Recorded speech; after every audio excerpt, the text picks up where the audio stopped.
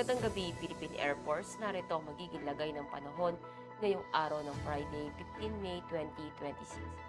Sa kasalukuyan ng ating binabantayang low pressure na si Formally Caloy, kaninang alas 3 ng hapon ay huling namataan sa layong 1,055 km east ng Central Luzon.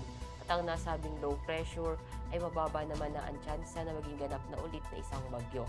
At ito ay wala ng direktang epekto sa ating bansa. At para sa magiging lagay ng panahon para bukas, asahan natin dito sa Luzon, sa Visayas, maging dito sa Mindanao, ang bahagyang maulap hanggang maulap na kalangitan, may mga pulupulong pag-ulan, pagkulog at pagkidlat.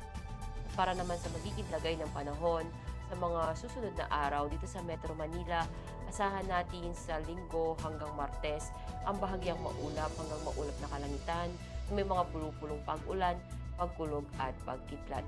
Maging dito sa May Cavite, sa Lipa, sa Angeles, sa Puerto Princesa, sa May Kalayaan Island, maging dito sa Mactan, sa Zamboanga at Davao. At para naman sa heat index forecast natin para bukas, asahan natin yung 43 degrees Celsius. Ang araw ay lumubog ng 18:17 at sisikat bukas ng 0528. Para sa ating moon illumination, meron tayong 3% decreasing. At para manatiling updated sa lagay at taya ng panahon, follow lamang ang Air Force Weather Center sa aming mga social media accounts.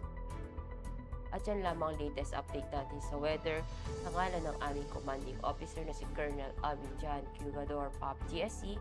Ako si Staff Sergeant Ashley F. Dimukulangan, Philippine Air Force, weather broadcaster ng Air Force Weather Center.